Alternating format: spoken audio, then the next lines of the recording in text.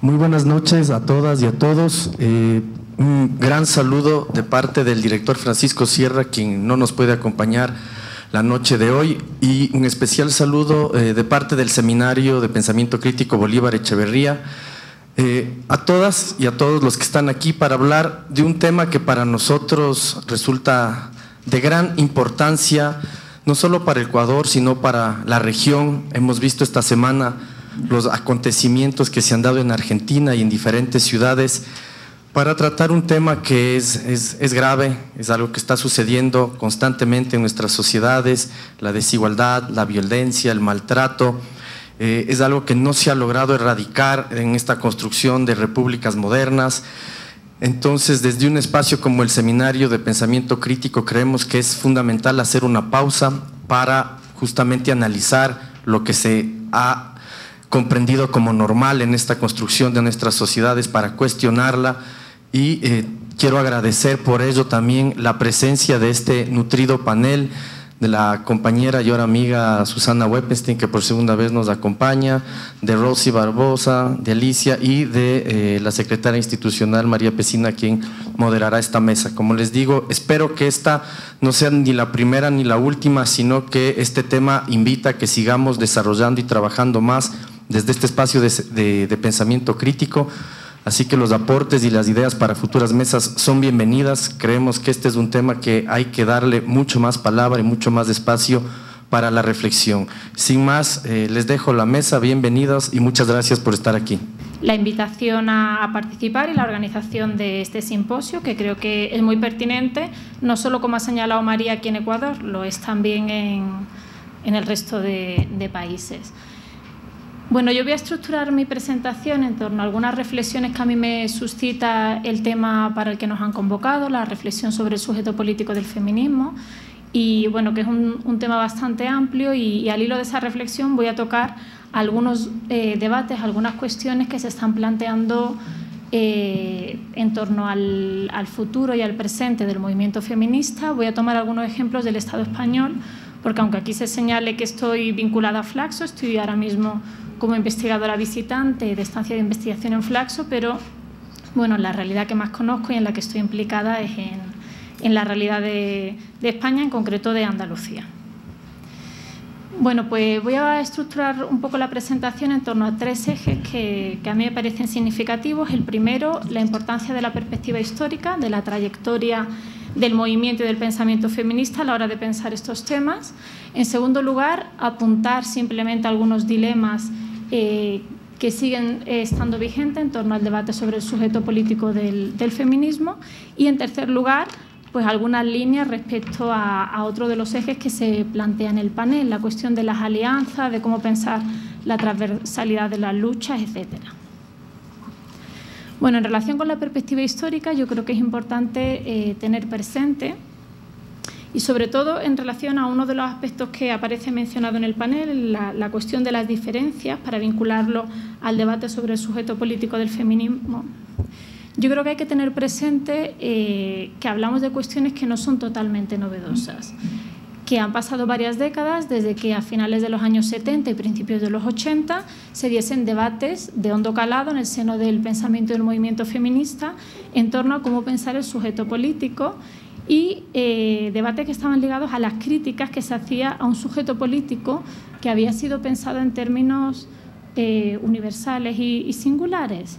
Entonces, bueno, de la mano del movimiento feminista negro, del movimiento feminista vinculado al movimiento obrero, del movimiento feminista lesbiano, entre otros, se planteó una crítica contundente a ciertos pilares de la teoría feminista mayoritaria, de las formas de militancia y de algunas de las principales demandas.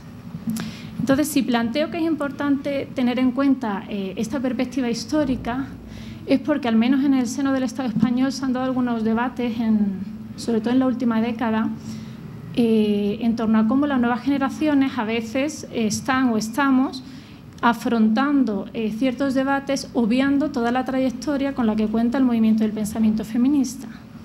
Yo, por ejemplo, me remito a una de las áreas en las que trabajo, la disciplina de la antropología feminista, y una de las cuestiones que se plantea, recientemente además lo comentamos en un máster precisamente sobre perspectiva feminista, es cómo se está observando una formación del alumnado directamente en teorías más recientes, obviando todo lo que fue la fase de los años 70, que fue una fase muy enriquecedora de irrupción de la teoría feminista en las ciencias sociales, de revisión del sesgo androcéntrico, una primera fase en la que ya a finales de los años 70 tuvo lugar un periodo de autocrítica, entre otros aspectos precisamente vinculado a cuál era el sujeto teórico que se había estado, digamos, empleando en toda esa primera década de irrupción de la teoría feminista en las ciencias sociales.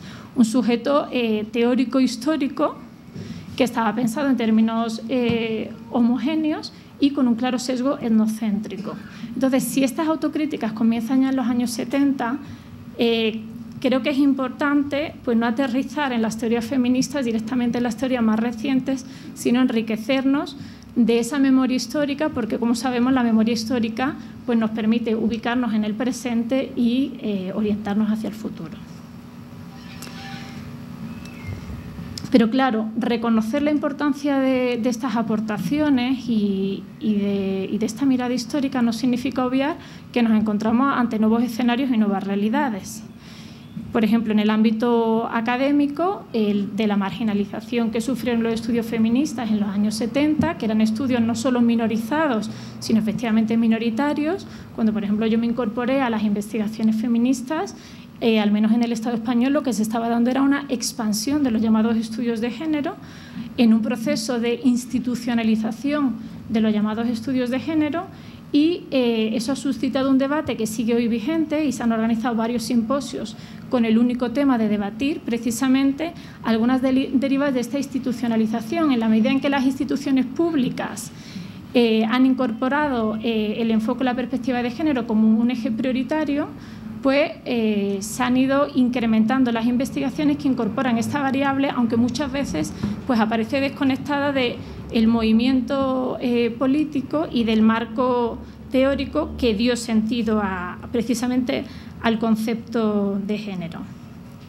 Eso a su vez se ha ligado con el problema de la tendencia a reducir el pensamiento feminista, que es un pensamiento muy amplio y plural, a los estudios de género. Y yo aquí comparto la crítica que se hace a reducirlo no solo a los estudios de género, sino a la variable de género. El género es una de las variables que interesa aplicar y analizar a la perspectiva feminista. Es una categoría analítica y política fundamental que se acuña en los años 80, pero el pensamiento del movimiento feminista es muchísimo más amplio que eso. Y una de las derivas de la institucionalización de los estudios de género, también en el ámbito de la política, ha sido esta tendencia a reducir el feminismo al género.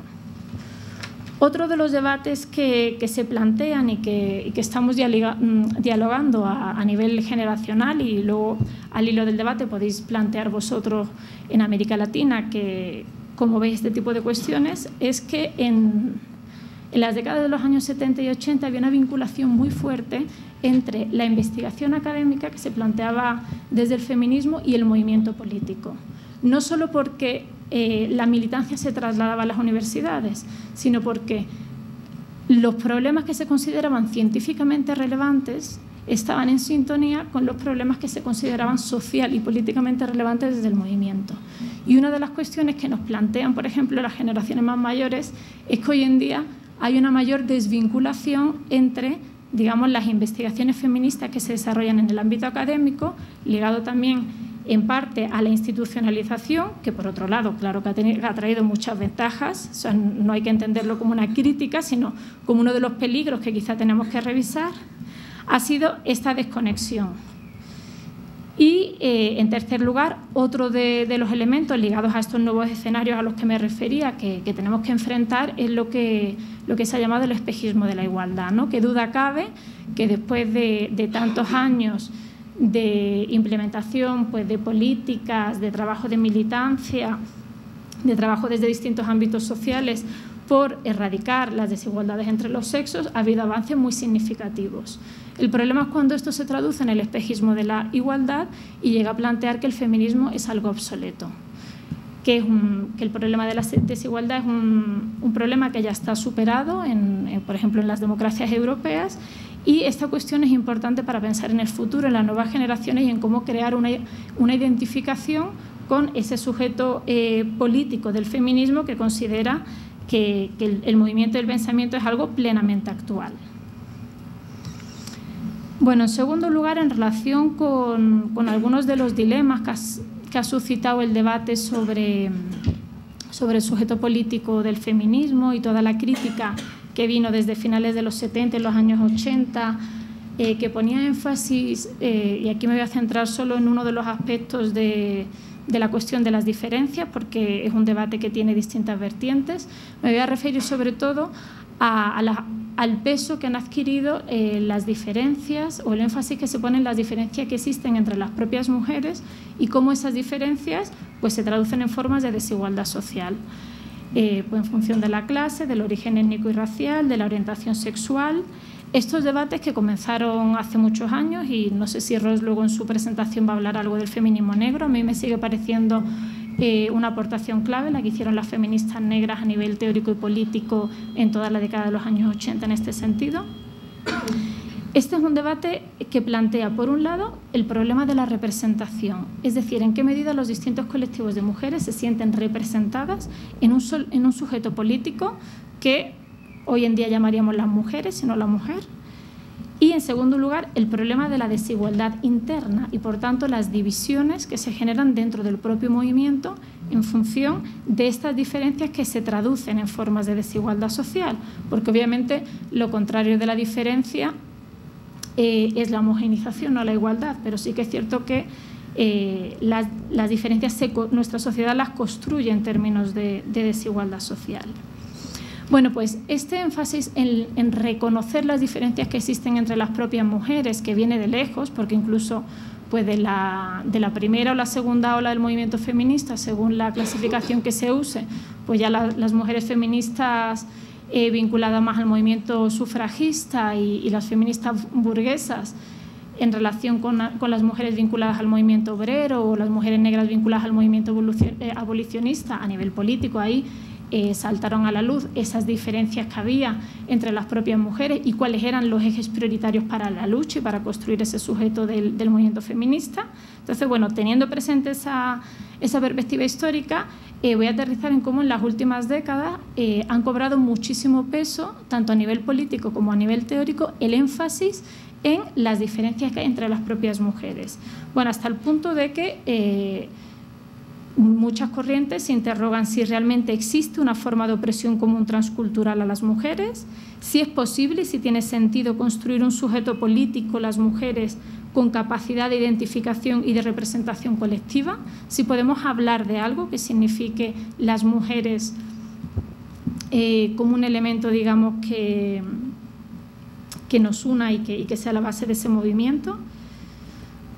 Bueno, yo creo que si bien estos debates son importantes y son interesantes, y es cierto que en la propia realidad esas diferencias emergen, yo, por ejemplo, que he estado vinculo mis investigaciones en el campo de las cadenas globales agrícolas con las organizaciones de mujeres y feministas vinculadas al movimiento de la soberanía alimentaria, y, por ejemplo, en Andalucía se ha vivido durante décadas el divorcio que había entre las mujeres del ámbito rural y las mujeres del ámbito urbano, y las mujeres del ámbito rural se han sentido históricamente muy identificadas y mucho más implicadas en el movimiento jornalero andaluz, que es un movimiento que ha tenido mucho peso en Andalucía, un sindicalismo de clase vinculado al campo, que al movimiento feminista que procede de las ciudades. Es decir, esas diferencias son reales y se han traducido en la experiencia práctica de la militancia.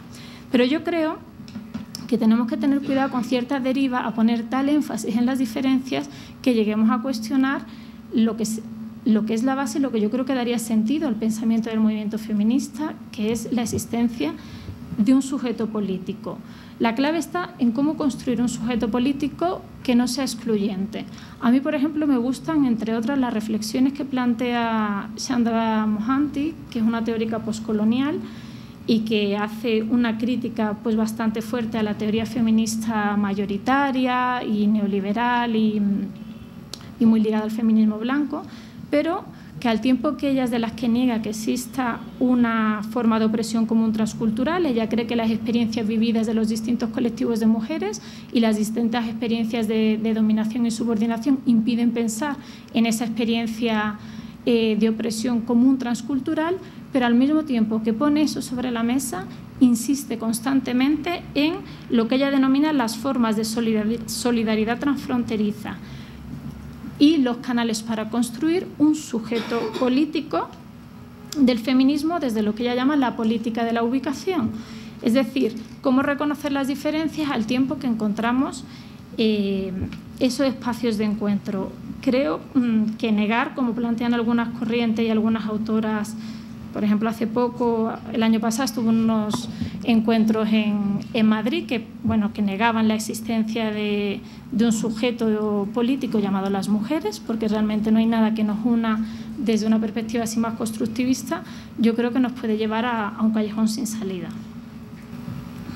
Además, yo creo que hay otras autoras, por ejemplo, Nancy Fraser, a la hora de salir de este dilema de cómo pensar las diferencias entre las mujeres, por un lado, erradicar aquellas diferencias que se construyen en términos de desigualdad y, por otro lado, reconocer pues, las diferencias culturales que se dan en distintos colectivos. Ella habla de las comunidades bivalentes para referirse a la raza y al género, y considera que a veces nos hemos quedado atrapadas en debates que realmente sí que tenían una salida. Ella propone articular las políticas de la redistribución desde el punto de vista socioeconómico para erradicar aquellas diferencias, por ejemplo, en función de la clase o de la exclusión socioeconómica que se tienen que resolver con políticas redistributivas, al tiempo que estas políticas redistributivas van acompañadas de políticas de reconocimiento que reconocen la especificidad, por ejemplo, en cuanto a los derechos de las minorías, de las mujeres de raza negra, etcétera.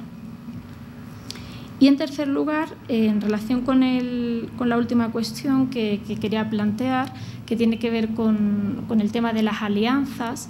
Claro, reflexionar hoy en día sobre el sujeto político del movimiento feminista y todo este proceso de revisión llevó también a plantearse cómo afrontar un debate que para mí también es histórico y que no es nuevo, que es el debate que hoy en día se plantea de las alianzas políticas del movimiento feminista con otros movimientos, y que en los años 70 y 80 pues, se le denominaba el debate de la doble militancia. Por ejemplo, quienes militaban en el movimiento feminista y en el Partido Comunista o en los movimientos anarquistas, por referirme a un ejemplo del Estado español.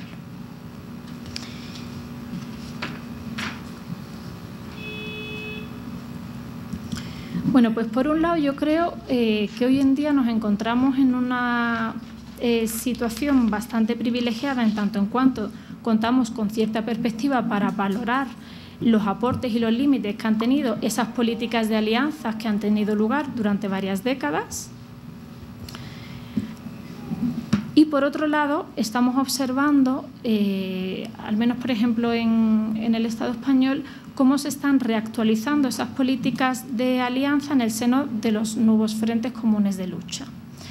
Es decir, por un lado, yo creo que si estamos pensando el feminismo como un camino para conseguir una transformación integral y radical, en el sentido etimológico del término, una transformación radical de la sociedad, es fundamental que el feminismo se articule y se integre con otras luchas político-sociales y con otros movimientos. Creo que contar con esa perspectiva histórica nos previene a la vez de aquellos riesgos de los que, por ejemplo, hablaba Celia Amorós cuando se refería al problema de las alianzas ruinosas. Es decir, Celia Amorós es una feminista que ha tenido un peso significativo a nivel político y teórico en el Estado español. Es una de las fundadoras del Instituto de Investigaciones Feministas de la Universidad Complutense de Madrid, y ella habla de las alianzas ruinosas para expresar cómo, cuando el movimiento feminista se ha aliado a otros movimientos, finalmente las luchas históricas de las mujeres han quedado relegadas a un segundo plano, porque siempre había una causa mayor, y cuando llegásemos a esa causa mayor ya llegarían las causas de las mujeres. Entonces, si bien es cierto que hoy en día se están dando algunos espacios de confluencia que yo creo que son interesantes y que no se deben desaprovechar, y que una transformación integral de la sociedad requiere esa articulación de movimiento y esa doble o triple militancia.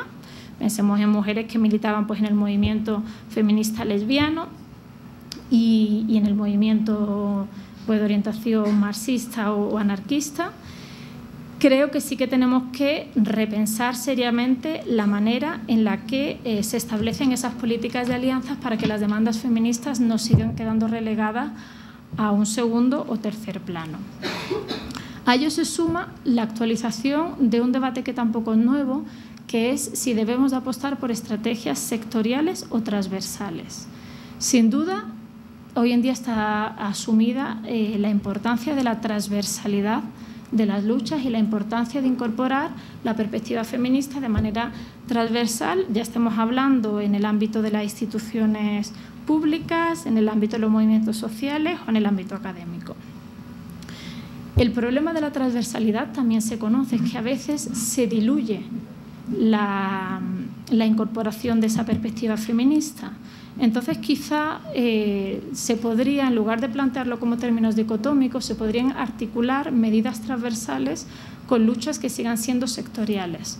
Os pongo un ejemplo. Ahora, al hilo de los encuentros que ha habido con el Hábitat 3, en una de las mesas de Flaxo ha intervenido Laura Pérez, que es la concejala de Feminismo y LGTBI del Ayuntamiento de Barcelona, que es de las pocas concejalías que hay en el Estado español que se define como feminista y bueno, viene impulsada a través del cambio de gobierno, con la llegada de Ada Colau, etc. Y explicaba de manera muy ilustrativa cómo han intentado afrontar este problema de la sectorialidad y la transversalidad de las luchas. Han creado una concejalía específica, en ese sentido sectorial si queréis, que es la Concejalía de Feminismos y LGTBI, pero desde esa concejalía específica, digamos, se aseguran que se va a aplicar de manera transversal al área de economía, de movilidad y transportes, de vivienda, de asuntos sociales, la perspectiva feminista en todas las políticas que se implementan. Entonces, a mí me parecía un buen ejemplo, vamos, yo no conozco, porque procedo del sur de España, no conozco la experiencia de Barcelona, pero me parecía muy interesante el planteamiento desde el que lo están abordando. En el ámbito de los movimientos sociales, por ejemplo, en los movimientos de mujeres o movimientos feministas en defensa por la soberanía alimentaria, también me resultó muy interesante en los encuentros por ejemplo, con las organizaciones de mujeres de la Vía Campesina, con Anamuri Chile, no sé si la conocéis, es una de las organizaciones pues, más potentes de mujeres dentro de la Vía Campesina, y me explicaba Francisca Rodríguez, una de las fundadoras de la organización y una de las líderes del movimiento, que ellas, y que viene de una trayectoria de doble militancia histórica del movimiento campesino y de los movimientos anticapitalistas, que ellas vieron en un momento la necesidad de crear un movimiento específico, una organización específica de mujeres dentro de la Vía Campesina, y Anamuri es una organización de mujeres campesinas, indígenas y asalariadas del campo, pero, decía, integrada dentro de la CLOC y de la Vía Campesina, de manera que encontramos un espacio para garantizar de manera sectorial que nuestras demandas, reivindicaciones y formas de hacer política va a estar presente, pero a la vez nos articulamos con el resto de organizaciones dentro de la CLOC y de la Vía Campesina, a la vez que nos articulamos con la Marcha Mundial de las Mujeres. Entonces, creo que son ejemplos prácticos que evidencian cómo es posible, digamos, hacerse con la potencialidad que por un lado tienen las luchas sectoriales con las luchas transversales. En el ámbito académico, por ejemplo, tenemos el mismo debate. Cuando nosotros en el Departamento de Antropología tenemos un plan de organización docente en el que hay una asignatura, por ejemplo, en nuestro departamento, que es Antropología de los Géneros, que es la asignatura, digamos, en la que se incorpora la perspectiva feminista a los estudios sobre antropología, pero que no garantiza que en el resto de disciplinas, de asignaturas del plan docente, se incorpore la perspectiva feminista. Recordemos que uno de los objetivos de la irrupción de la teoría feminista en el ámbito académico en los años 70 no era crear una parcela aislada de los estudios sobre las mujeres y las cosas de mujeres, sino cuestionar los cimientos del conocimiento científico. Es decir, el objetivo debería de ser, por ejemplo, en nuestro departamento de antropología, conseguir que la perspectiva feminista se aplicase a todas las asignaturas, antropología económica, antropología de la religión o antropología de las migraciones. Nos encontramos siempre con el dilema de que por lo menos una asignatura en el grado y una asignatura en el máster garantiza cierta presencia, pero somos plenamente conscientes de que eso no garantiza que se trastoquen pues, los cimientos digamos, del grueso de la disciplina.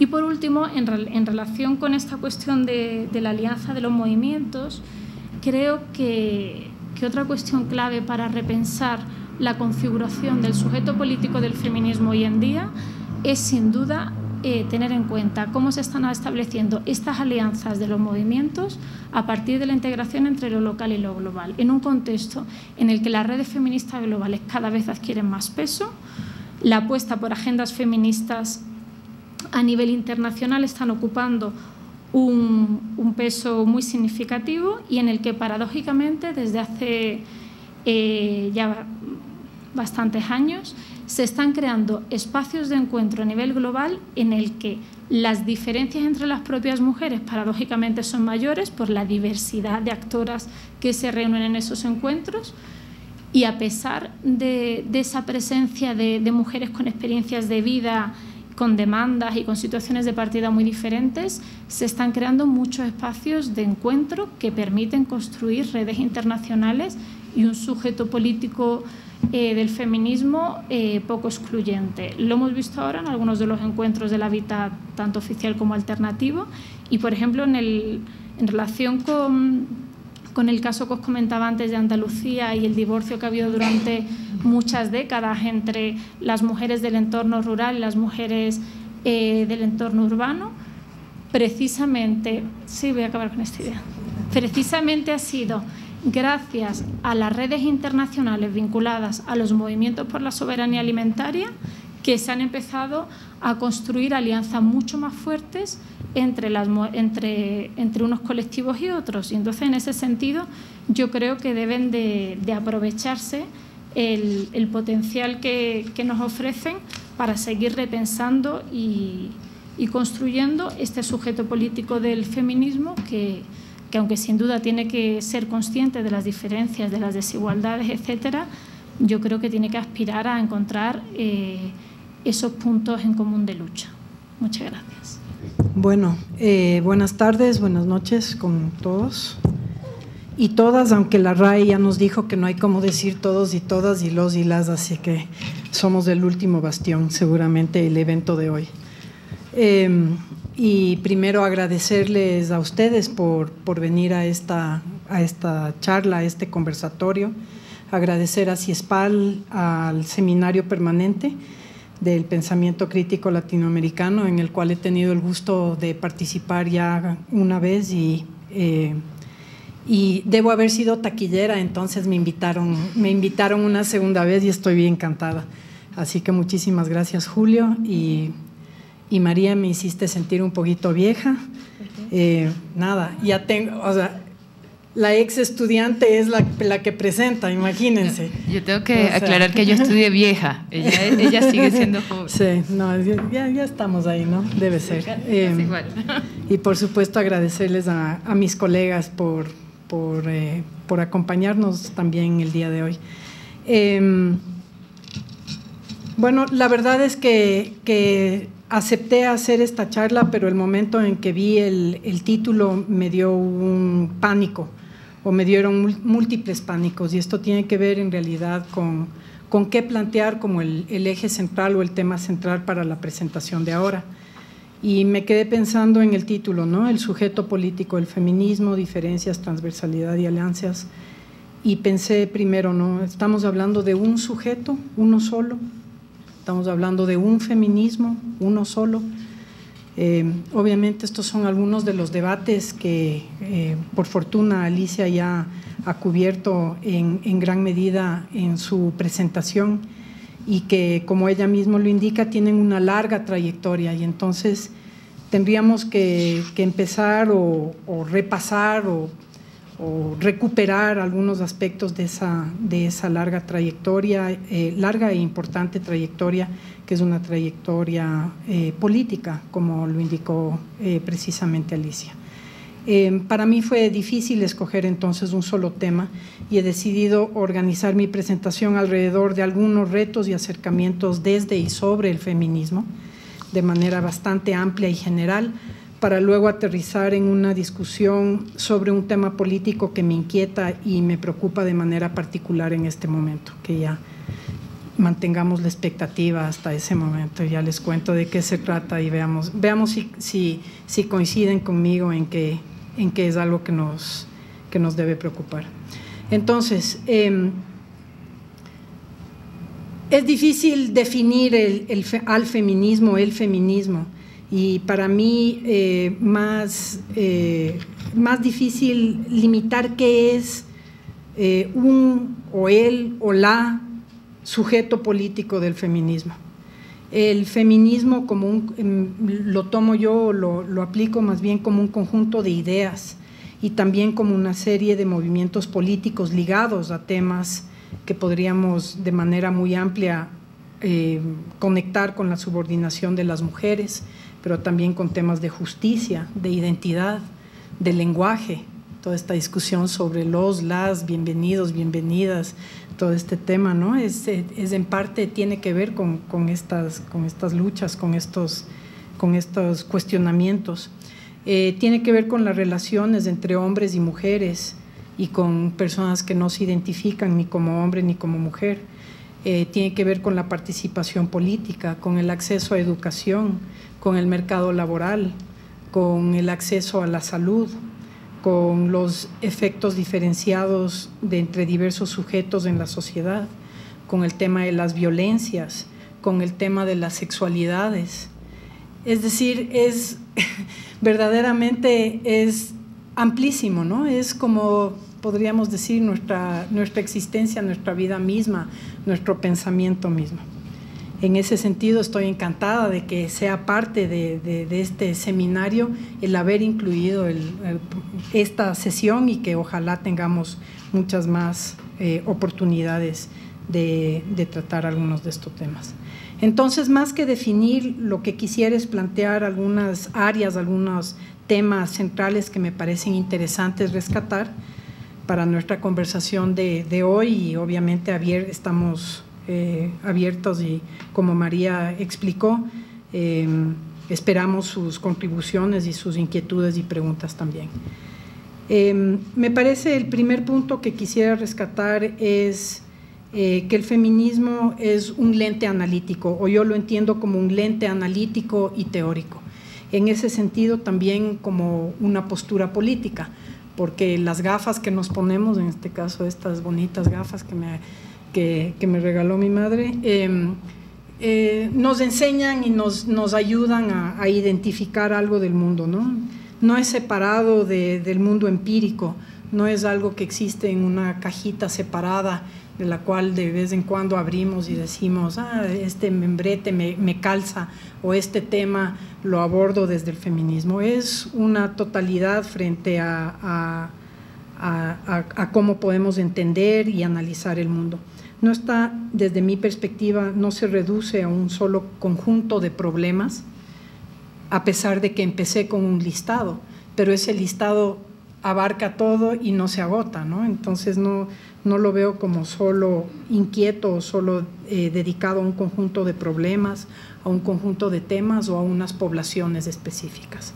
Esto me lleva al segundo punto que me gustaría señalar, y es que el feminismo no solo se refiere a mujeres, también se refiere a mujeres, pero no se refiere solo a mujeres.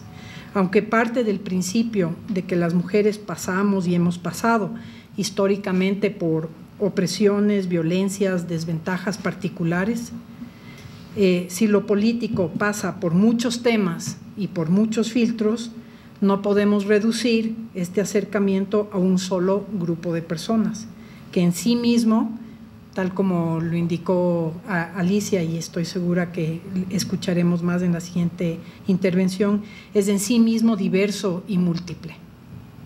Un tercer elemento o tema que me gustaría rescatar o plantear es que el objeto del feminismo no es únicamente definir, desenmascarar o combatir al patriarcado, o de manera coloquial. Yo pensaba, mientras preparaba las observaciones para hoy, el feminismo no es odiar a los hombres. Así que pienso yo que no es necesario que seamos defensivas o defensivos al declararnos feministas. Es decir, no es necesario decir, bueno, Por ejemplo, ¿no? Yo estoy a favor de que las mujeres ganen un mismo salario, hay una equivalencia, igualdad en el salario por el mismo trabajo, pero eso no significa que yo sea feminista, ¿no? Eso es como muy típico, ¿no? O lo otro, ¿no? Es, yo en realidad no trabajo sobre mujeres, entonces en realidad mi trabajo no es feminista. Sí tenemos estas dos formas siempre de despegarnos de una u otra manera de esto. Entonces yo diría que hagamos lo contrario, ¿no? Y que espero que muchos de ustedes, de todos nosotros, orgullosamente, así como lo hizo María, reclamen y hagan propia la perspectiva y este reconocimiento como feministas. No es mala palabra, no importa tanto, bueno, importa mucho, ¿no? En realidad, así que, pero entonces, bueno, estas son como algunas yo quisiera como trabajar algunas de las ventajas que veo desde el lente analítico, desde este lente analítico que reclamo como propio, y señalar algunos temas que corresponden a ciertas corrientes o a ciertas formas del feminismo. Yo considero la primera, y me parece importantísima, considero que el feminismo es un lente crítico. Entiendo el feminismo como un lente analítico. Creo que en general el feminismo tiene una capacidad de autorreflexión y de transformación. Esta es una generalización que estoy haciendo. Obviamente el feminismo blanco liberal de la sociedad norteamericana se reafirmó antes de ser criticado por otras personas, otros sujetos, otras mujeres que no se veían identificadas dentro de esa perspectiva. Pero bueno, esa perspectiva también se ha visto alimentada por esa crítica y por esa reflexión, ¿no? Entonces no es que se terminó con eso y se eliminó la posibilidad de ser feminista, inclusive si uno se identificaba con esa trayectoria limitada para la época.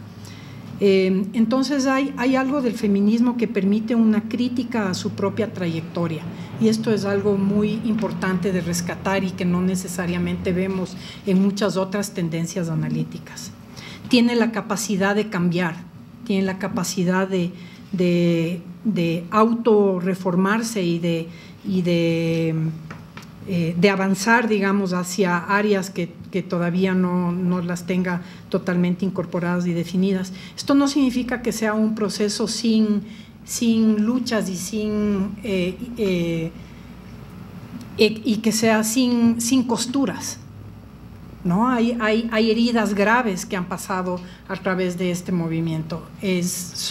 No es un proceso que ha pasado sin notarse y sin de alguna u otra manera pensar en que este proceso, pues, no sé, porque es del feminismo o porque viene primordialmente de las mujeres, entonces las mujeres se reúnen y se ponen de acuerdo. No es así, ¿no? Estos son procesos muy duros, ¿no? y que han pasado por largas trayectorias.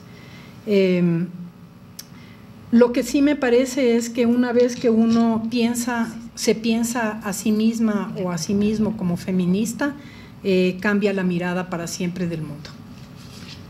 A mí me parece que eso en realidad es un poco esto, ¿no? Una vez que uno se embarcó en este camino, ya es difícil decir, no, es que en realidad, así un poco, ¿no? Como decir, cuando uno ya está embarazada, no está un poquito embarazada, ¿no? O sea, ya fue, o sea, no, ya está, ya.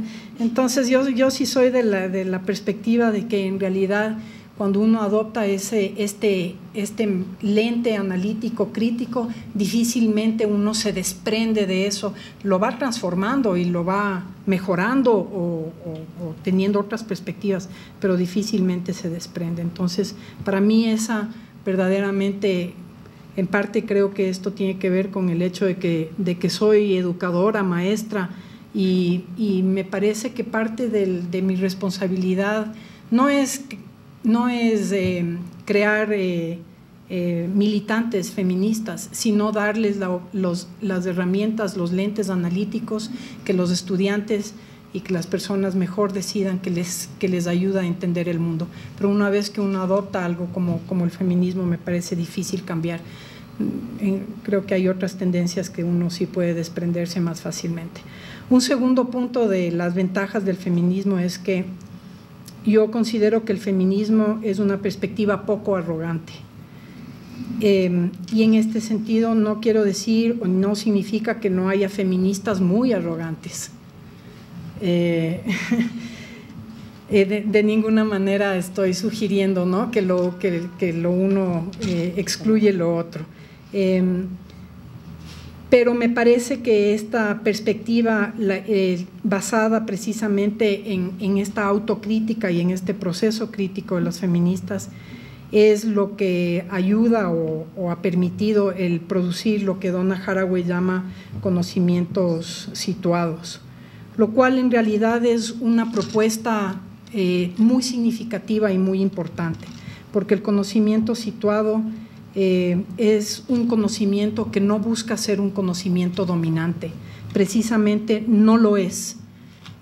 Busca ser un conocimiento parcial, busca ser un conocimiento situado, busca ser un conocimiento encarnado.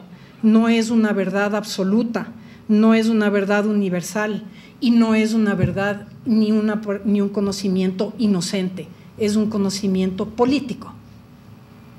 Y por tanto situado, encarnado, tiene significado y en ese sentido yo rescato esta idea de la poca arrogancia, ¿no? No trata de ser la verdad absoluta. Una tercera contribución o elemento que me gustaría rescatar es que hay muchas versiones del feminismo, ¿no? Hay muchas versiones y hay muchas perspectivas y varias de ellas nos ofrecen herramientas e instrumentos diversos para armar y para desarmar el mundo. Para mí, una de estas herramientas claves es la que se propone desde las perspectivas postestructuralistas, por poner un ejemplo. Las perspectivas más postestructuralistas cuestionan el ordenamiento del mundo en binarios opuestos. Esto es en sí mismo un enorme y gran reto, porque la mayoría de nosotros, no digo todos, pero la mayoría de nosotros, nos cuesta, por ejemplo, separarnos de la idea del binario opuesto que podría ser el tema en parte central del feminismo, que es el binario entre hombres y mujeres. Sí, porque la mayoría de nosotros no nos despertamos o no pensamos cuando estamos andando por el mundo como, no sé, seré hombre o seré mujer. O sea, es como, esta idea de la desarticulación de este binario opuesto es un reto, es verdaderamente un cuestionamiento, porque no es tan obvio, no es un proceso tan fácil de desarmar, pero lo que busca en parte el feminismo postestructuralista es precisamente no necesariamente desarmar para que tengamos estas crisis de identidad, aunque también las podemos tener, sino es el tratar de entender qué es lo que se armó precisamente al pensar el mundo en estos binarios opuestos, qué es lo que oculta la imposibilidad de no pensar el mundo si no es en binarios opuestos.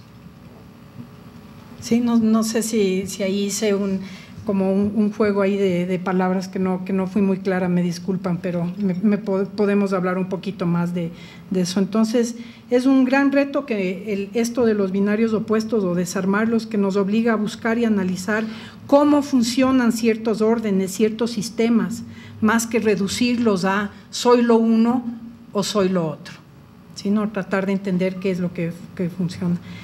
Acá quisiera utilizar otro ejemplo, el trabajo de la teórica feminista Wendy Brown sobre el Estado. Ella sugiere que no nos sirve tanto decir que el Estado es patriarcal, y no es que ella está diciendo que no lo es, sino que nos dice el decir que el Estado es patriarcal no nos permite entender cómo es el Estado patriarcal. Y no todos los estados son o operan o funcionan o tienen instituciones que sean todas homogéneas y que funcionan de la misma manera. Entonces, más que designar algo como universalmente patriarcal, más nos sirve entender qué significa y cómo se organizan en distintas formas estatales los intereses de ciertos hombres, de ciertas instituciones y cómo operan estas fuerzas.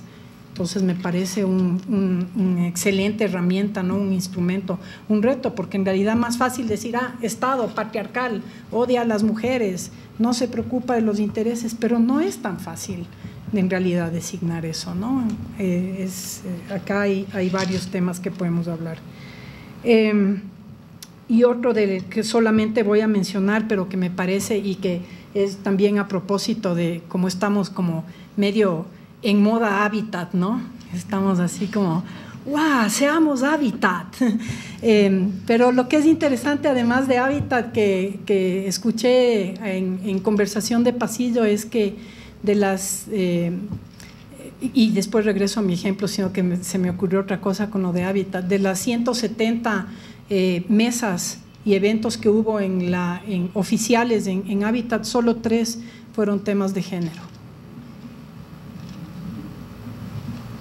No sé qué significa, ¿no? Pero les planteo, porque yo también solo me enteré de eso ayer de noche y me quedé pensando, ¿no? Entonces, bueno, pero el otro tema que se me ocurrió con lo de hábitat y esto de que estemos en la moda hábitat es este otro binario que muchas veces se plantea como opuesto o que usualmente se plantea como opuesto, que es el binario entre público y privado.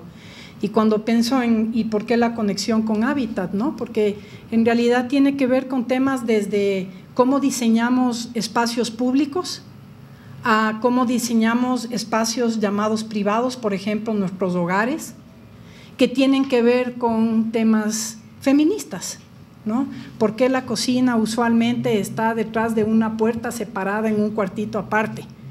Tiene que ver con qué sujetos ocupan esos espacios, que tienen que ver con que sean sujetos que tienen una clase en particular, en nuestro contexto muchas veces empleadas o empleados domésticos, así como el hecho de que ese espacio se supone que es separado de otros espacios de lo social, ¿no? Eso por poner un ejemplo, pero lo del público y privado tiene que ver obviamente con los espacios de la casa, de la vida, de los espacios públicos, con el mercado laboral, con la violencia, con las prácticas cotidianas, con los derechos sobre nuestros cuerpos y nuestros propios deseos.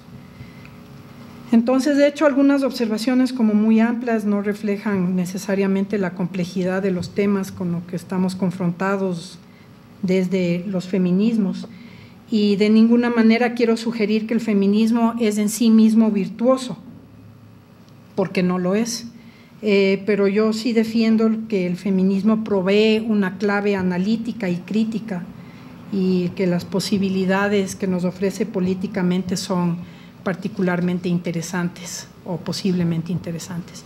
Y ahora el gran momento, ¡tararara! Sí, de algo que les quiero plantear, que en realidad tiene que ver con algo que parecería que es opuesto a algunas de estos elementos más positivos que he tratado de resaltar en esta última parte de la presentación, y tiene que ver con un tema que me preocupa de manera particular y que surge de varios procesos que hemos vivido últimamente o en este año en América Latina, y tiene que ver, y específicamente tiene que ver con el resurgimiento o el reordenamiento de intereses y de fuerzas conservadoras e hiperconservadoras en América Latina. Estoy pensando en 2 casos en particular, y podemos hablar, estoy segura, de muchos más, pero me parece que son interesantes. Uno es el caso de la destitución de Dilma Rousseff en Brasil. Más allá de si se justificaba o no, yo no conozco todos los detalles políticos detrás de las razones por las que la presidenta Dilma Rousseff fue destituida y pasó por el proceso del impeachment en Brasil, Pero quería resaltar un elemento, que es que en gran parte yo considero que Dilma fue destituida y pasó por este proceso por el hecho de ser mujer. Y bueno, no sé, o sea, y ahí hubo como un conjunto de fuerzas, como ustedes saben, fue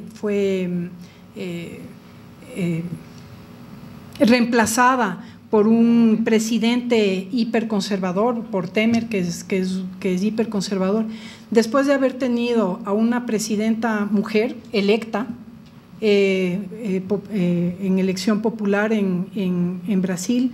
Temer tuvo un gabinete en el cual no había ni una sola mujer, solo hombres. Ahora ya tiene una mujer porque creo que le dijeron que las mujeres sí existen, por un lado. Y por otro lado, los medios de comunicación se juntaron con estos intereses hiperconservadores en el contexto brasilero, y en muchos casos, y si ustedes hacen, no sé cuántos de acá son estudiantes de periodismo o de comunicación o de medios, pero si hacen una búsqueda de los medios y la manera como fue retratada Dilma Rousseff en los años en los que ella fue presidenta y después muy pegado al proceso del impeachment, si ven simplemente las fotografías que se utilizaron de Dilma, los medios, o algunos medios, no todos los medios, algunos medios la retrataron como una vieja histérica, poco femenina, feminista y por lo tanto sujeto al impeachment, loca, descontrolada. O sea, vean las fotos y van a ver que esto es, digamos, parte de la manera en cómo se armó la destitución de Dilma Rousseff. Ese es uno de los casos que me gustaría o que quería presentar por la preocupación y la angustia que me dio cuando entendí, digamos, esta maquinaria y la manera como funcionaba, una de estas maneras en que el Estado y las fuerzas dentro del Estado funcionaron, ¿no? O sea, de una cierta manera. Y el otro tema y con esto termino, que me preocupa de manera particular, tiene que ver, y es algo que me llega muy cercano en muchos sentidos, porque yo hago mi trabajo académico sobre Colombia. Y me preocupó de manera particular, obviamente, el triunfo del no en el plebiscito en Colombia, más allá de la posición que ustedes puedan tener frente a eso. Les voy a explicar lo que me preocupó en particular.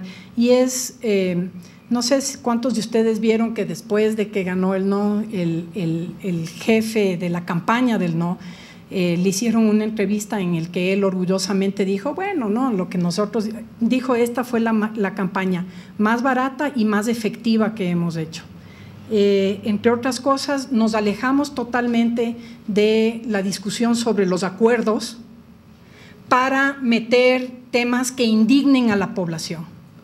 Uno de los temas que indignaba a la población, según los proponentes del no, y que en efecto tuvo éxito, fue el sugerir que los acuerdos de paz incluían la perspectiva, o lo que llaman ellos, la ideología de género.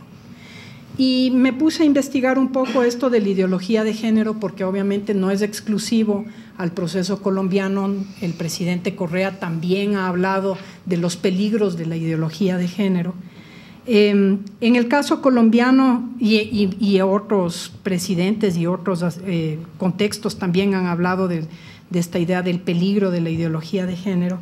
En el caso colombiano, el efecto inmediato de el haber incluido este tema fue obviamente que ganó en parte el no. No podría yo decir en qué porcentaje fue que la gente dijo, sí, yo voté no porque la ideología de género iba a cambiar nuestra forma de vida y nuestros valores fundamentales, más allá de que si iba a venir la paz y si los guerrilleros se van a desmovilizar, pero también tuvo que ver con la salida de la ministra de Educación del gabinete del presidente Santos, la única en realidad que renunció o que le pidieron la renuncia, la ministra Gina Parodi, que fue ministra de Educación y estuvo involucrada, que es además lesbiana, abiertamente lesbiana. Su pareja también era ministra, pero ya había salido del gabinete hace algunos meses, que fue ministra de Transporte.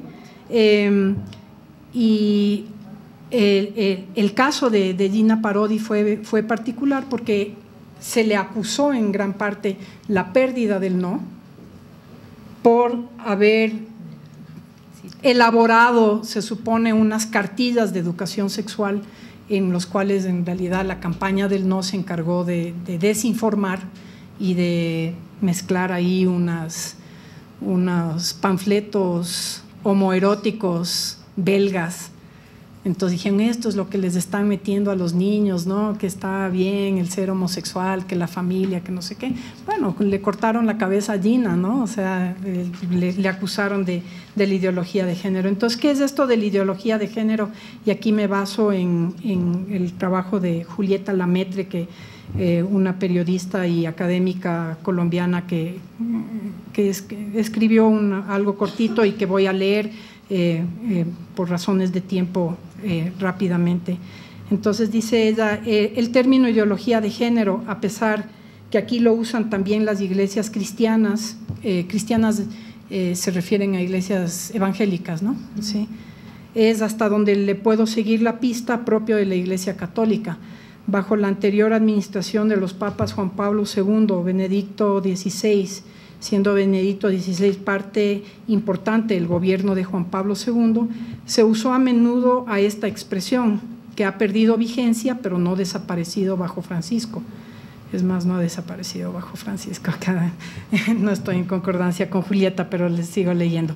Para los anteriores papas, como para los sectores conservadores en el catolicismo que siguen esa orientación, la ideología de género se refiere precisamente a la idea reproducida en las cartillas estas del Ministerio de Educación que acabo de hacer referencia, que la identidad sexual de las personas, así como los roles de género, son socialmente construidos y no eternos, esenciales y asignados por Dios. En suma, para una educación católica conservadora es profundamente ofensivo decir que las características femeninas son definidas por la sociedad y por la historia y no por Dios, o que las personas pueden nacer en un sexo y decidir ser de otro. También lo es decir que el deseo homosexual es natural y respetable, ya que para los católicos conservadores el deseo homosexual, al perturbar la idea de una identidad sexual claramente definida, es una inclinación al mal, una inclinación a violentar la voluntad divina. Y yo quisiera añadir, acá ella habla de algunas otras cosas, pero quisiera añadir uno de los temas que me parece que es fundamental y que tiene que ver y que se relaciona con el tema también del feminismo, y es el tema en relación a qué consideramos que es o no es una familia apropiada, ¿no? Que también entra dentro de esta idea de la ideología de género. Entonces, el ex procurador general en Colombia, que estuvo muy activo en la campaña por el no, precisamente señaló, es que lo que nos querían meter con los acuerdos es que venga mi hija a la casa y me diga, es que yo no nací mujer, yo me hice mujer, ¿no? Y esto le parecía un escándalo. Y esto tiene que ver en parte con las declaraciones del jefe de la delegación por parte del gobierno de Santos en los acuerdos de La Habana, que él en una de las observaciones finales que hizo en los discursos hacia el final de los acuerdos, habló precisamente de esta frase que es de Simone de Beauvoir, que es no se nace mujer sino que se hace, y él añadió una segunda frase que dijo, esto nos da la posibilidad de no haber nacido hombres sino hacernos. ¿Sí? Esto dijo Humberto Lacalle, que fue maravilloso en realidad, ¿no? Porque era esta idea de podemos ser otro tipo de hombre, podemos ser otro tipo de ser humano después del conflicto armado en Colombia. Bueno, el ex procurador, Dios mío, o sea, no solo que las mujeres no han sido mujeres, sino que ahora ni siquiera los hombres han sido hombres, o sea, nadie es lo que tiene que ser, ¿no? Y fue todo un escándalo. Y a lo que yo voy con esto y la preocupación que tengo como un tema dentro del feminismo y digamos, de nuestro quehacer y de nuestra preocupación política, entre otras cosas, tiene que ver con el hecho de que se supone que somos estados laicos. Entonces es un tema muy fuerte, ¿no? Y el otro tema que me preocupa es, uno es esta contradicción, y la otra contradicción o potencial, no contradicción, sino preocupación, es que no es solamente, a pesar de que he mencionado solamente a hombres que fueron los que estuvieron en esta controversia, en realidad esta controversia y esta perspectiva está apoyada por grandes grupos organizados de mujeres. Entonces no es algo por fuera de lo que es nuestra cotidianidad y poder señalar, no, es que es el ex procurador Ordóñez en Colombia que es un fanático, ¿no? O es el presidente Correa que se le meten ideas en la cabeza y a veces dice cosas por decir, o sea, no, o tiene este sentimiento, sino que en realidad hay lo que diríamos en otro contexto, se vuelve un sentido común, ¿no? Y la preocupación que tengo frente a este tema. Creo que voy a terminar con eso, no sé cuántos minutos me quedaban. Cero minutos. Entonces voy a terminar con eso y nos invito a la reflexión, obviamente después de que escuchemos nuestro último ponente, pero con mucho gusto conversamos un poquito más de este tema. Muchísimas gracias. Primero, agradecer la invitación, agradecer también porque en un seminario crítico sobre pensamento crítico, sobretudo marxismo, tengamos um espaço para falar sobre feminismos, o que também faz parte de nossa luta, não? Sobretudo dentro dos estudos críticos, o que Alice falava como estas alianças ruinosas, o marxismo sempre foi destes que nos ha deixado por último para falar.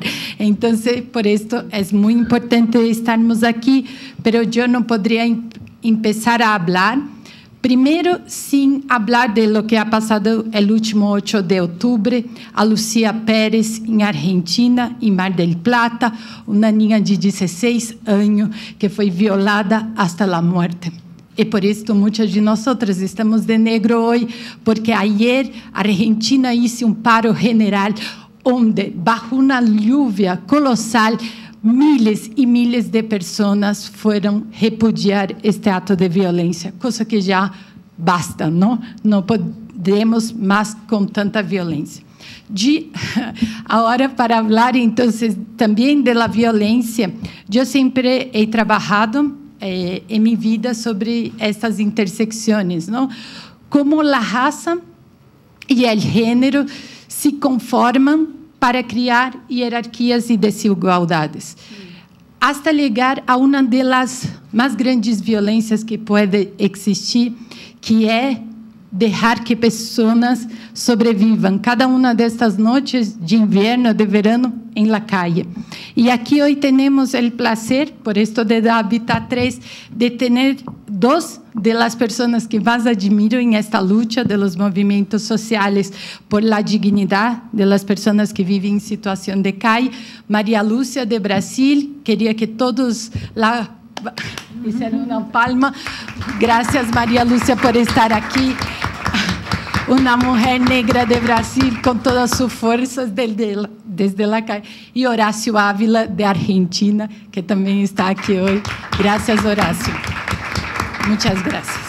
Bueno, entonces, para empezar diretamente a lo que voy a hablar, empiezo con una feminista, para ver, como dice Alicia y Susana, nuestros pasos no vienen de hoy, vienen hace mucho tiempo. Entonces, en 1851, más de un siglo, Sojourner Truth, una feminista negra, una de las primeras, fue invitada a uma conferência, uma convenção em Ohio de mulheres. Em esta convenção de mulheres, ela era a única feminista negra. Depois, aí, já a la mitad de los debates, ela se pergunta, então, o que está passando em esta conferência, o que também podemos depois pensar, o que está passando com as 3 mesas de las 170 em Habitat 3. E ela disse: bueno, hijos, quando há muito alboroto, é porque algo está passando. Creo que tanto os negros del sur como as mulheres del norte estão todos falando de direitos, también la ONU, y a los hombres blancos no les queda más que ceder muy pronto. Un poquitín siempre ceden, ¿no? Pero, ¿de qué se trata de lo que estamos hablando aquí? Los caballeros dicen que las mujeres necesitan ayuda para subir a las carretas y para pasar sobre los huecos en la calle, y que deben tener el mejor puesto en todas partes. Pero a mí, nadie nunca me ha ayudado a subir a las carretas o a saltar charcos de lodo, o me ha dado el mejor puesto. ¿Y acaso no soy una mujer? Mírenme, miren mis brazos. He arado y sembrado. He trabajado en los establos y ningún hombre lo hizo nunca mejor que yo. ¿Y acaso no soy una mujer? Puedo trabajar y comer tanto como un hombre, si es que consigo alimento. Y puedo aguantar el latigazo también. ¿Y acaso no soy una mujer? Parí 13 hijos y viví como todos fueron, y vi como todos fueron vendidos como esclavos. Cuando lloré junto a las penas de mi madre, nadie, excepto Jesús Cristo, me escuchó. ¿Y acaso no soy una mujer? Entonces se pregunta, ¿qué es lo que tiene en la cabeza? ¿Qué significa esto? El miembro de la audiencia sugiere intelecto, exacto. ¿Qué tiene a que ver todo esto con los derechos de las mujeres y de los negros? Si mi cántaro solamente puede contener una pita y el de ustedes un cuarto, ¿no sería muy egoísta de parte de ustedes no dejarme tener mi pequeña mitad llena?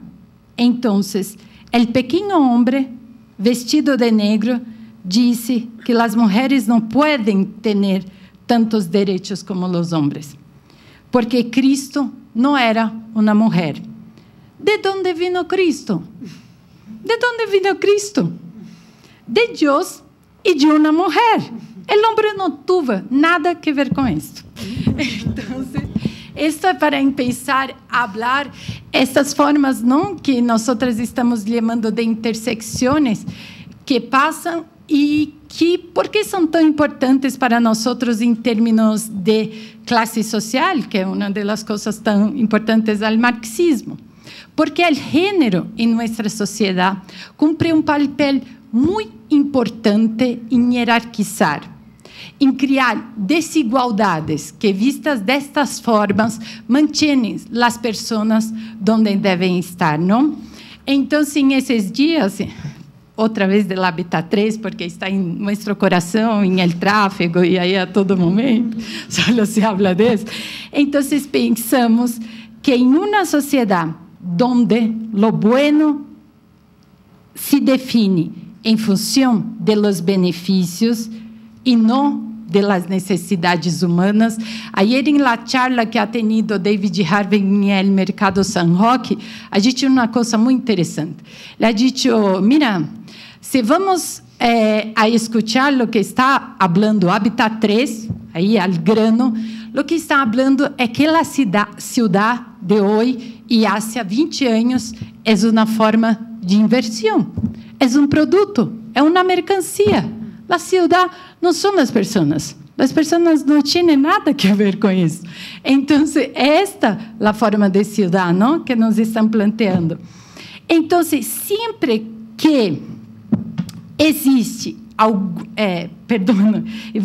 Entonces, no, siempre debe existir algún grupo de personas a quienes, mediante la opresión sistemática, se lleve a sentir como si estuvieran de más y a ocupar el lugar de los seres inferiores, deshumanizados.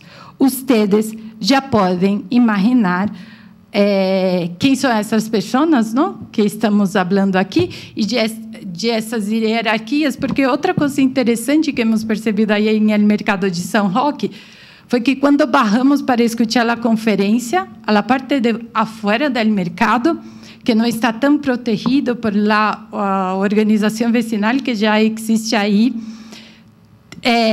eu, Francesco, Maria, hemos visto que tinha muitas vendedoras de frutas, verduras negras, afroequatorianas. Pero em las charlas, quando falaram aí dentro do mercado, tivemos vários representantes quichua, que falaram em quichua, investigadores da New School de Nova York, que falaram sobre as relações de poder entre não mestiços, mestiços e indígenas, pero em todas as charlas não hemos escutado nadie falar de las mulheres afroequatorianas que também trabalham no mercado de São Roque, que também estão sendo impactadas por todas as políticas de desalojo do mercado de São Roque. E isso também me quedei pensando, não? Porque também desde enero tenho aqui em meu coração que David Harvey me ha dicho que o trabalho de cuidados não é trabalho porque não produz mercancia. Então, estas são outras coisas para pensar. Que é o trabalho para esta sociedade? Quem trabalha nessa sociedade e quem está visibilizada por esta sociedade e quem nós outras mulheres estamos ou não visibilizando em nossas charlas, não? Uma das coisas que me gusta muito falar foi de meu encontro com o feminismo negro. Meu encontro com o feminismo negro foi amor à primeira mirada, sobretudo porque eu fui fazer meu master em Coimbra. Fui estudar em Coimbra, muito feliz. Tinha começado em Brasília o movimento da gente de la calle e eu me gostaria de compreender melhor como era isto. Mas quando cheguei em Coimbra, por a primeira vez, he sido de todas as coisas que he sido em minha vida, militante, trabalhadora, atendente de telemarketing, moradora da periferia, aí só existia um rótulo, brasileira. Toda a minha multiplicidade se resumia a uma única coisa, a brasileira. Bueno, não necessito entrar muitos em detalhes, pero al fim e al cabo de 2 anos em Coimbra, eu estava deprimida, porque eu que tinha sido tantas outras coisas em minha vida, aí só podia ser a única coisa, e ademais eu não bailo samba, sou terrível. A gente me vê bailando e diz, Rose, para, porque pensa que é peleia, por favor. E aí sim, bailar samba, sendo brasileira, hipersexualizada. Bom, eu tive que ver como é que eu explico isso a mim mesma, não? E, bueno, e aí em Portugal também é mais difícil, porque não temos os centros de Umbanda, não temos outras coisas. Então, acá lido em minha mão uma Bíblia, recomendo a todas a leitura, Audre Lorde, uma feminista lesbiana, negra, que escrevia todo o que me gostava ler. Además, escrevia super acessível e tal, e eu pilhei este livro e nunca mais lo aviso, hasta Quito, lo tenho aqui, puedo olvidar qualquer coisa, pero lo tenho. E o que ela dizia é que tanto o capitalismo como alguns dos estudos, não, hechos por homens blancos, eurocêntricos, como falava Alicia, tinha uma rara forma também de configurar-se, que é dizer coisas sem chegar a dizer. E com isso, sempre reduzir experiências muito complexas, muito amplas, a uma história única. E é muito bonito, porque depois, não, já muitos anos depois dela, Audre Lorde, uma feminista e escritora muito conhecida, que quizá vocês la conozcam, Chimamanda Adichie, que é nigeriana e que vive em Estados Unidos. Ela disse uma coisa muito interessante sobre a história única, porque ela disse que quando hacemos uma história das pessoas e não conhecemos ou não tentamos esforçar-nos para explicar toda esta complexidade não? Que existe, estamos reforçando a história única. E ela diz que quando criamos uma história única, é impossível falar de ela sem falar do poder. Ela disse, há uma palavra em idioma Igbo que recuerdo cada vez que penso sobre as estruturas de poder em el mundo. E é Nikali. Não é um substantivo cuja tradução é ser mais grande que o outro. Al igual que nossos mundos econômicos e políticos, as histórias também se definem por el princípio de Nikali. Como se cuenta, quem las cuenta, quando se cuenta, quantas histórias são contadas, em verdade, depende do poder. E isto é muito interessante, porque quando colocamos a questão não, de los sujeitos de los feminismos, quem é que está aqui? Porque muitas vezes estamos, a presidenta Dilma, é importante, porque é uma forma de representar-nos a nós mesmas em um linguagem que não permite nossa representação. Porque da mesma forma que não permite um habitat 3 que uma pessoa com discapacidade entre do Parque del Ejido hasta dentro del Agora, em la Casa de la Cultura. Porque são quilômetros e quilômetros que uma pessoa tinha que percorrer até chegar aí. Então, essa forma de representação ou de pensar o mundo como desde só uma mirada, eu penso que é uma das contribuições mais importantes do feminismo. Dizia também la Bell Hooks, outra feminista negra dos Estados Unidos, que o feminismo é uma luta contra todas as formas de opressões. E eu penso isto, porque é isto que falava Susana, falava Alicia, sobre a multiplicidade e como o gênero, muitas vezes, tu te localizar em um lugar e dizer, eu sou mulher, implica muitas exclusões, que muitas vezes não estamos acostumbradas a pensar destas formas, não? Então, quando he leído Audre Lorde me ha dicho de las histórias, a importância de falar as histórias, e dicho, he encontrado um caminho de luz. E aprendi uma coisa super bonita em Quichua, que infelizmente não la puedo ler, porque não ha venido Anita, que me prometeu que ia ler em Quichua, pero que me... Ah, estás aí, muito retraso, não como sempre, pero bueno. Então, Anita é minha professora de Quichua, está apresentadora de um super programa em YouTube, me ha ensinado que na tradição quichua não há um oposto entre branco e negro. Branco e negro são aspectos complementares, não? Então, se uma pessoa para dizer em quichua que está em um caminho muito malo, diz que está em um caminho branco. E é totalmente diferente de como nós outros ocidentais pensamos o negro em realidade, não? Então, para ver como as histórias também nos ajudam a aumentar nossa capacidade de fazer conexões, como nos ajuda a ampliar essa visão que temos do mundo. E eu penso que é isso um dos grandes contributos do feminismo.